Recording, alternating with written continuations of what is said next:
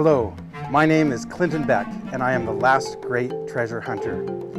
Today we're going to look at something very unusual, something that is often overlooked in my shop. We're going to be looking at a Russian Inuit carving that is absolutely fabulous and spectacular to the eye.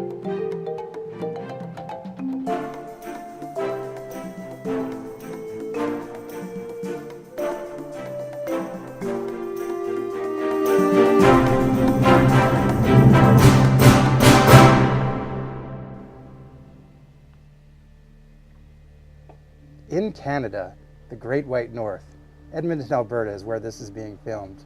We are blessed to have Inuit and First Nations cultures all around us.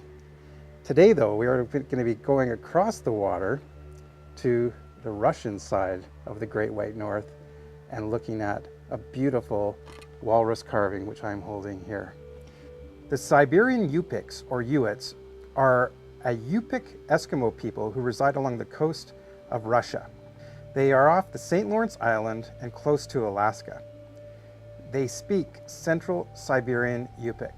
They are also known as the Asian Eskimo or Siberian Eskimo.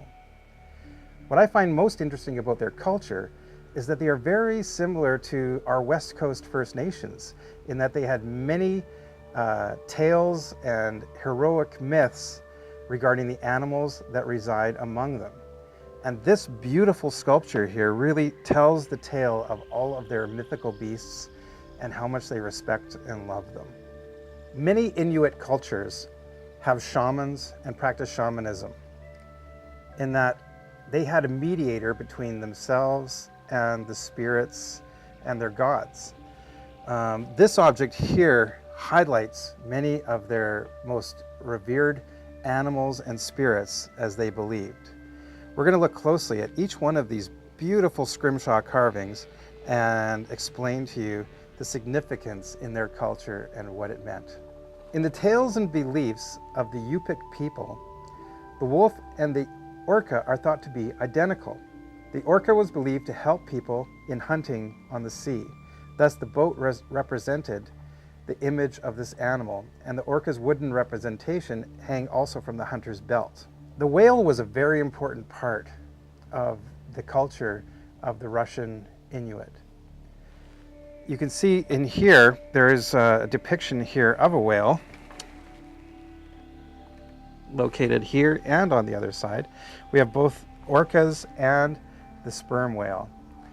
And what is really important to know that it was thought that the whale should not be left alone even after death. It was treated as a welcome guest because in their beliefs, they didn't want to hurt the whale's feelings. In the next migration, as I understand it, the whale bones and everything after it was used would be returned back to the sea, almost like a burial. One thing when I look at this object, it really speaks to me in that the artist really loved these animals. They are depicted in beautiful detail and they have a real life to them. They look almost joyful in their appearance. One other thing I really love about this piece is coming out of the skull, which is also carved, you see a beautiful ivory polar bear, which is just spectacular. I am often amazed at how many hours it would take to carve an object like this. I have several friends in the city who are First Nations carvers, and they have told me that an object like this with this much detail would have taken 1,000 hours to carve.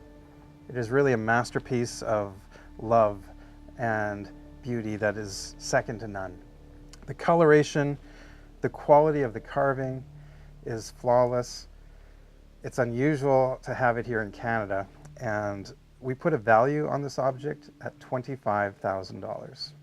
Thank you for visiting today. I hope you enjoyed our adventure looking at a Russian Inuit sculpture. It's one of the most special objects I have, and it just fills me with joy looking at it. Remember to visit beckantiques.com, and remember, life is a daring adventure or nothing at all. Clinton Beck, signing off.